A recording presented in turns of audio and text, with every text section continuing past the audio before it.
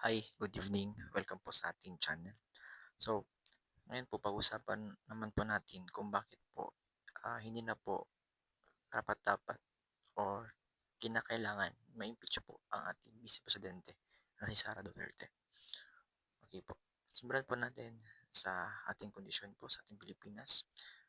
Sara Duterte po ay isa po sa mga politicians na, no, na naka, hakot ng napakaraming boto noong May 2022 o last presidential election. Therefore, the confidence ng mga tao sa kanya is napakataas po. And also, to same as to our incumbent President, President Bongbong Marcos. So, bakit mo siya very inappropriate and it's very useless, not useful. Because po, if you're going to think about it, it's just an internal conflict between the Dutertes and the Marcoses. And wala na pong dahilan, no, kung bakit po siya kailangang i-impeach. Because if pag-usapan po natin sa confidential funds, therefore, ang COA na po ang may alam kung ano po ang nangyayari doon. At ang COA na po ang decide kung ano ang kalalabasan ng reports na pinasa ng Office of the Vice President tungkol sa kanilang confidential funds. So, ngayon po, um, I don't think na kahit po i-impeach pa sa Duterte, I'm not saying na kailangan pong mangialam ng mga tao. Pero siguro hindi po matutuwa yung mga tao, especially dito po sa Mindanao at sa mga taga-support ng Duterte. Kung si Duterte man ay patuloy ang impeach because hindi ito sasuportahan ng mga tao. Maybe some will support the impeachment of Sara Duterte, but not the majority. Because if you're going to think of it, tayo po yung mga tao na mahilig po tayo tumingin sa pinanggalingan. Especially Filipino, no? We really love to look at the past and we decide and think, see kung ano yung present is based only to the idea of what was it before.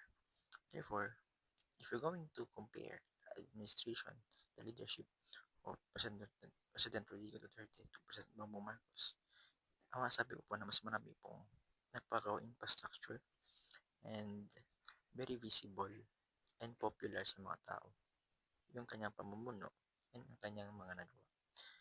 I'm not saying wala pong nagawa yung ating Presidente Marcos ngayon, but if you're going to think, mas popular po yung mga ways and actions yung ginawa po ng previous administration. So, may paisip ka talaga and the people will compare it to the present administration.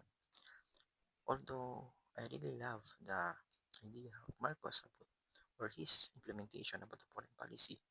Pero kung as a majority, no, as kasama po sa majority na to, you can really think na may mga bagay din na in-expect natin na sana nagawa na ng paraan pero hindi pa rin at hindi siya same level as what the previous administration had done. So, as done rather. So, kayo na po maghusga. For me, my opinion, hindi po appropriate na may impeachment pa. So, what kind of drama is this? Hindi po siya nakakatulong sa kanilang campaign promise when they were running for vice president and president because the team for their team will be a unity team. So, unity team, tapos magkakaroon ng impeachment because of this alliance of these two factions. Kahit po sabihin ni Presidente Marcos na huwag ituloy, but the supporters of President Marcos or the Makabayan Bloc will push through it. No?